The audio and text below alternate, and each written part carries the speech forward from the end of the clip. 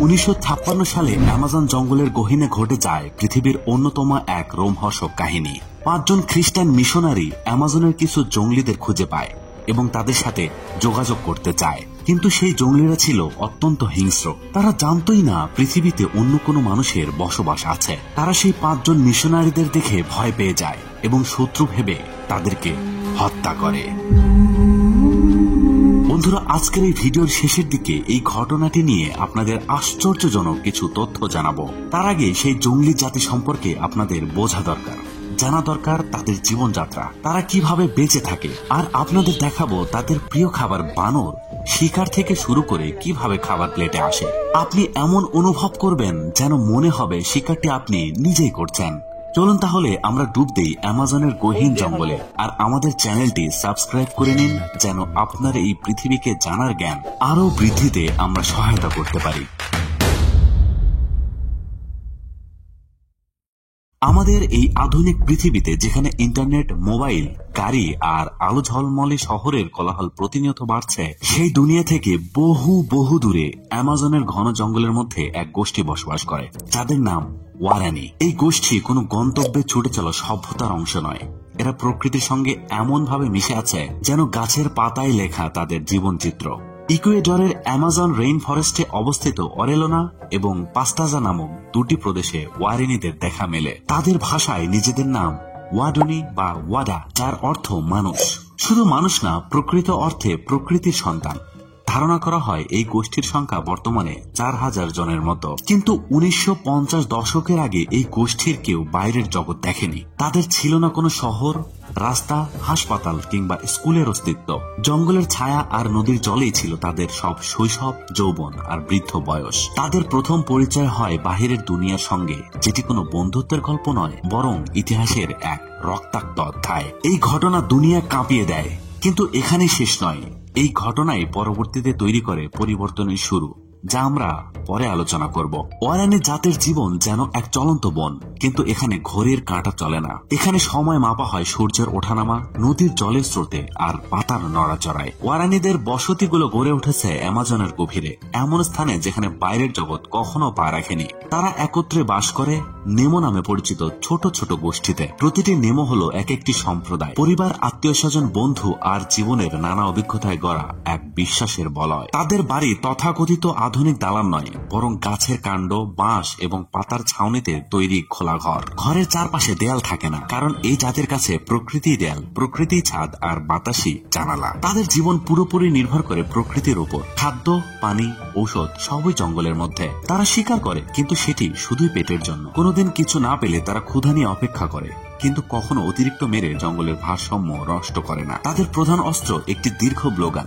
এটি তৈরি হয় বিশেষ ধরনের কাঠ থেকে, আর তীরের মাথায় থাকে এক প্রকার বিষ। এই কুড়ারে বিষ তৈরি হয় গাছের ছাল, বিশেষ গাছের রস এবং কীটপতঙ্গের নির্যাস মিশিয়ে। বিষ প্রয়োগ করে তারা বানর, পাখি কিংবা ছোট বন্যপ্রাণী শিকার করে। শিকার ধরা মানে শুধু খাবার নয়, মানে উৎসব, মানে গল্প, মানে শিক্ষা। প্রতিটি শিকারে শিশুদের শেখানো হয়, প্রাণীকে হত্যা করো না, তাকে সম্মান করো। সে তোমার খাবার, তোমার জীবন, কিন্তু তারও আছে আত্মা। ওয়ারানিদের মধ্যে নারী পুরুষ আলাদা কাজ করে ঠিকই, কিন্তু সম্মান পায় সমান।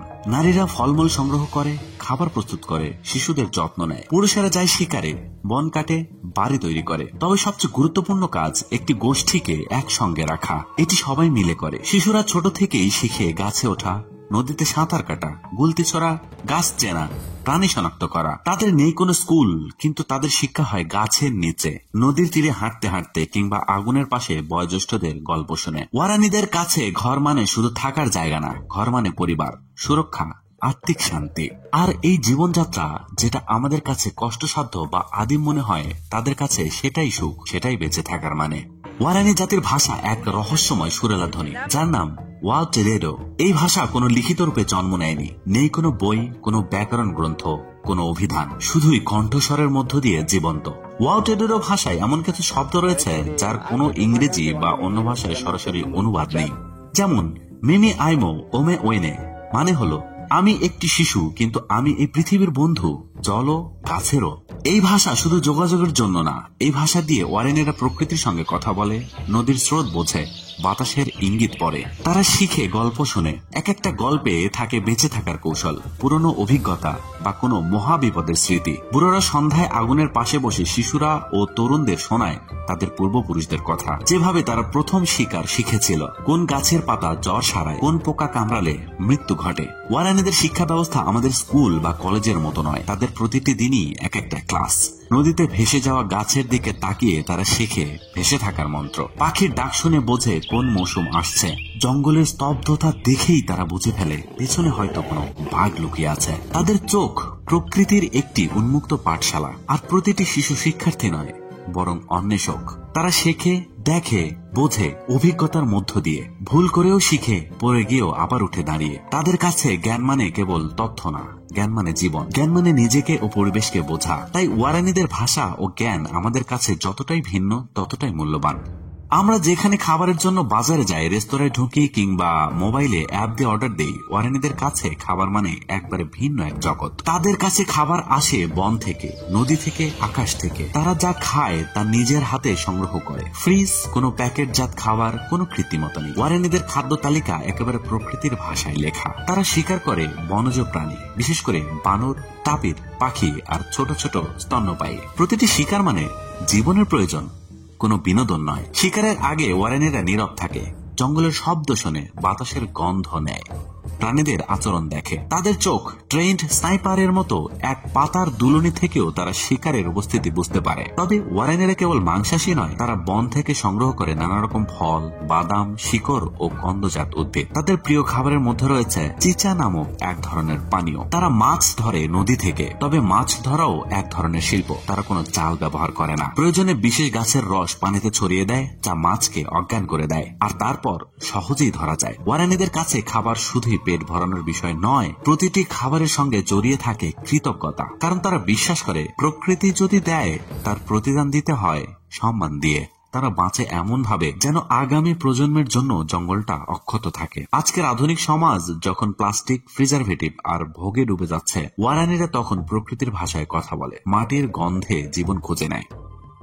ওয়ারানি সমাজে বিয়ে হয় খুবই সরল কিন্তু গভীর এক প্রথার মাধ্যমে। কোনো ধর্মীয় আচার বা কাগজপত্র নেই। একটি ছেলে যখন প্রাপ্তবয়স্ক হয় এবং কোনো মেয়ের সঙ্গে তার সম্পর্ক গড়ে ওঠে, তখন সেই সম্পর্ক পারিবারিকভাবে মেনে নেওয়া হয়। মেয়ের পরিবার যদি ছেলেকে গ্রহণ করে, তাহলে তাদের একসঙ্গে থাকতে দেওয়া হয়। বিয়ের পর সাধারণত পুরুষ চলে যায় স্ত্রীর পরিবারের সঙ্গে বসবাস করতে। এটা ম্যাট্রিলোকাল পদ্ধতির প্রতিফলন। এই নিয়ম নারীদের সামাজিক শক্তিকে আরো দৃঢ় করে। একটি পরিবারে একাধিক স্ত্রী থাকতেও পারে, তবে এই ব্যবস্থা জোর করে নয়, সব পক্ষের সম্মতিতে হয় এবং পরিবারের প্রতিটি স্ত্রীর অধিকার ও সম্মান সমানভাবে রক্ষা করা হয়।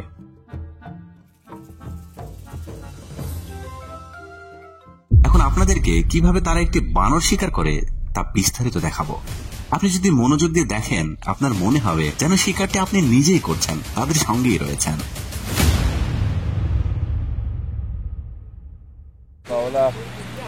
আজ বৃষ্টি হচ্ছে, কিন্তু কিছু করার নেই, বাইরে শিকারে যেতেই হবে। আর তার জন্য দরকার শিকার প্রস্তুতি। তারা এক ধরনের বিষ সংগ্রহ করার জন্য যাচ্ছে।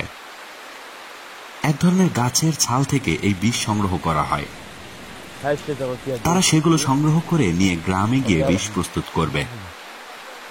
এটা কিন্তু অ্যামাজনের অনেক গহীনে। এটি সেই গাছ যার ছাল থেকে বিষ সংগ্রহ করা হবে। এইভাবে ছাল ছাড়ানো হয়। এই বিষের নাম হলো কুরারে। তারা এইগুলো নিয়ে গিয়ে কিন্তু এখন রান্না করবে বিষ তৈরি করার জন্য। আগামীকাল সকালে তারা শিকার করতে যাবে, তাই এখন থেকেই বিষ প্রস্তুতি শুরু করে দিতে হবে। এই কালো জিনিসগুলো কিন্তু বিষ। এগুলোকে পাতায় করে মোড়ানো হচ্ছে।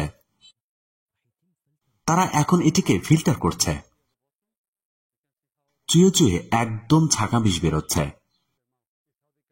তারা এর উপরে সামান্য পরিমাণে পানি যোগ করে। এই বালিকার বয়স 15। সে কিন্তু প্রেগনেন্ট। এরা খুব তাড়াতাড়ি বিয়ে করে। সে কিন্তু 5 মাসে প্রেগনেন্ট। তাদের নরমালি বাচ্চা হয়। তাদের কোনো জন্ম নিয়ন্ত্রণ ব্যবস্থা নেই। ওদিকে বিষ কিন্তু রেডি হচ্ছে। তারা শিকারে যাওয়ার আগে উৎসব করে। এরা এক ধরনের স্পেশাল ড্রিঙ্ক তৈরি করে যার নাম হলো চিচা। এই চিচা বানানোর জন্য এক ধরনের শ্বাসমূল দরকার হয়, যা তারা সংগ্রহ করার জন্য আবার যাচ্ছে। এটি মূলত এক ধরনের আলু। এই লোকটি বিবাহিত, তার 3টি স্ত্রী আছে এবং 9টি সন্তান। সে এটার অধিকার রাখে কারণ সে একজন শিকারী। এদের এখানে আখও কিন্তু জনপ্রিয়। এখানকার শিশুরা বানর খুব পছন্দ করে, যদিও তাদের এটি প্রিয় খাবার। এখন তারা সেই কাসাভা ড্রিঙ্ক তৈরি করার প্রস্তুতি নিচ্ছে। এটা মেয়েরা করে যখন পুরুষেরা কিনা বিষ প্রস্তুত করছে। তারা বিষের সেই লিকুইড জাল করে আরো ঘন করে, তারপর তাদের সূচালো তীরগুলোর মাথায় সেই বিষ মাখায়। এই অস্ত্রগুলোই তারা কাল ব্যবহার করবে শিকারের জন্য। একটার পর একটা করে ধীরে ধীরে প্রস্তুত করতে হয়, যেন কোনোটাই মিস না হয় এবং ভালোভাবে বিষ লেগে যায়। তারা এমনভাবে এই স্পেশাল মদ চিচা তৈরি করে যা আপনি দুনিয়ার কোথাও দেখেননি। তারা এই কাসাভা আগে চিবায়, তারপর সেটিকে উগলিয়ে দেয়। তারা এটার উপর বমি করে দেয়। এতে এখন ব্যাকটেরিয়া জন্মাবে এবং পচে মদ হয়ে যাবে। এই চিচা ছাড়া তারা বাঁচতে পারে না। এটা খাওয়ার পর তারা আনন্দে মেতে ওঠে।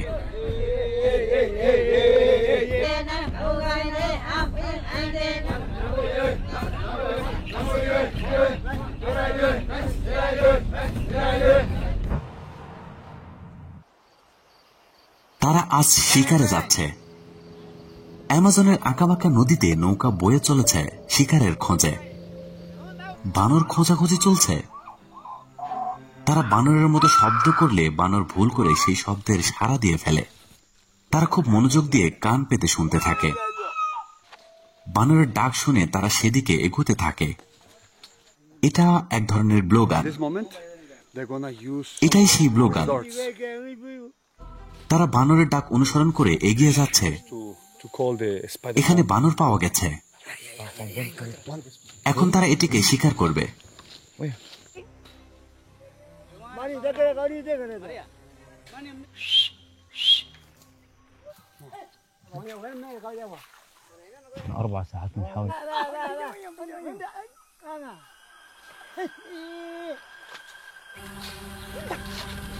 কিছুক্ষণ চেষ্টার পর তার গায়ে একটা তীর বিঁধেছে। এখন সেই বিষ তার সারা শরীরে ছড়িয়ে পড়বে। যদি বানরটি উপর থেকে তারপরেও না পড়ে, তারা গাছের উপর উঠবে এটিকে পারার জন্য। অবশেষে এটি নিচে পড়ে গেল। তারা আজকের শিকারে সফল। তারা অ্যামাজনের নদীতে প্রকৃতির সাথে খুবই আনন্দের দিন কাটায়।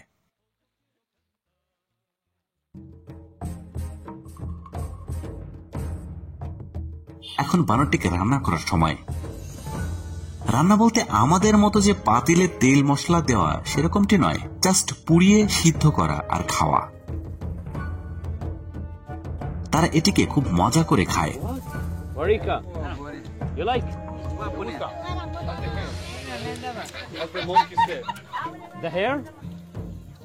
তারা এমন এক জঙ্গলি জাতি যারা তাদের জঙ্গলকে রক্ষা করতে চায়। তারা জঙ্গলেই থাকতে চায়।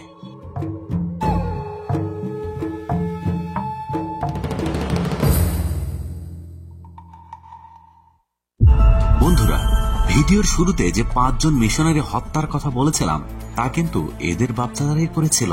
সেই সময়ে তাদের হত্যার পরে রচিত হয় ইতিহাসের সবচেয়ে রোমহর্ষক এক কাহিনী। ঘটনার কিছুদিন পরেই সেই 5 জন মিশনারির স্ত্রীগণ জীবনের ঝুঁকি নিয়ে আবার সেখানে যায়। সাথে তাদের একজনের সন্তানও যায়, যার নাম স্টিভ সেন্ট। নারী এবং শিশু দেখে তারা এবার কিছু বলে না। তারা ঢুকে যায় জঙ্গলিদের গ্রামে। People is after they killed my dad and Jim and Pete and Roger and Ed, then why would my aunt, Jim Elliott's wife, why would they then want to go in and live with the same people? Well, তারপর ঘটতে থাকে নানা রকম ঘটনা। সেই 5 জন খ্রিস্টান missionary কিভাবে হত্যা হলো, তাদের স্ত্রী সন্তানরা কেনই বা আবার সেখানে গেল, তাদের পরিণতি কি হয়েছিল, এই সব কিছু নিয়ে আমরা আরেকটি ভিডিওতে আপনাদের জানাতে চাই, কারণ এটা অনেক বড় একটি ঘটনা। আপনারা শুনলে চমকে উঠতে বাধ্য হবেন। আমাদের কমেন্ট করে জানিয়ে দিন আপনারা যদি ভিডিওটি দেখতে চান।